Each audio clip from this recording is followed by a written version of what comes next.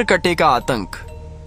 एक छोटे से गांव का से जिसका नाम था कतुलिस्तीवा। ये गांव के लोग बहुत खुशहाल जीवन जीते थे, लेकिन फिर एक दिन सब कुछ बदल गया। गांव में रात के समय अजीब घटनाएं होने लगी। पशु डर कर भागने लगे। धीरे धीरे गांव वालों को महसूस होने लगा कि कोई अनजानी परछाई अब गांव में मंडराने लगी है। एक रात गांव के उत्तर दिशा में बने एक घर से चीख की आवाज आई। लोग दौड़े, लेकिन जब वहां पहुंचे तो वहां केवल एक बच्चे की लाश मिली। उसके चेहरे पर भय की छाप थी, मानो वह मरते समय भी कुछ कहना चाहता हो। धीरे धीरे गांव में फैल गई एक भयानक अफवाह। एक सरकटा आदमी रात को गांव में आता है। वो हर रात किसी घर का दरवाजा खटखटाता है और जो बच्चा बाहर आता है वह फिर कभी नहीं लौटता। लोग इसे अंधविश्वास मानकर नजरअंदाज करने लगे, लेकिन फिर एक और बच्चा मारा गया, फिर एक और। अब यह सिलसिला हर रात का बन गया। हर रात जैसे ही घड़ी 12 बजती, गांव में सन्नाटा फैल जाता। हर घर का दरवाजा बंद कर दिया जाता। ठक ठक ठक ठक कोई जोर जोर से किसी घर का दरवाजा पीटता। उसके बाद बस चीख सुनाई देती और फिर सन्नाटा। सुबह गांव के चौराहे पर एक और मासूम की लाश पड़ी होती। गांव वालों का धैर्य अब टूट चुका था। एक सुबह वे सब मिलकर पास के थाना पहुंचे। उन्होंने इंस्पेक्टर रवि सिंह को सब कुछ बताया। इंस्पेक्टर ने पहले इसे मजाक समझा। अरे भूत वूत कुछ नहीं होते, किसी सिरफिरे कातिल का काम होगा। गांव वालों ने बच्चों की तस्वीरें, घटनाओं का क्रम और सबूत दिखाए। इंस्पेक्टर थोड़ा गंभीर हुआ और कहा, ठीक है, आज रात मैं खुद गाँव में पहरा दूंगा। अगर सच में कुछ है तो सामने आएगा। रात करीब 12:15 पर इंस्पेक्टर रवि गांव पहुंचा। गांव शांत था, मगर आसमान में काले बादल थे। हवा चल रही थी और हर तरफ डर का माहौल। तभी ठक ठक ठक ठक एक कच्चे घर का दरवाजा जोर से पीटा गया। इंस्पेक्टर ने अपनी बंदूक उठाई। अचानक एक परछाई सामने आई।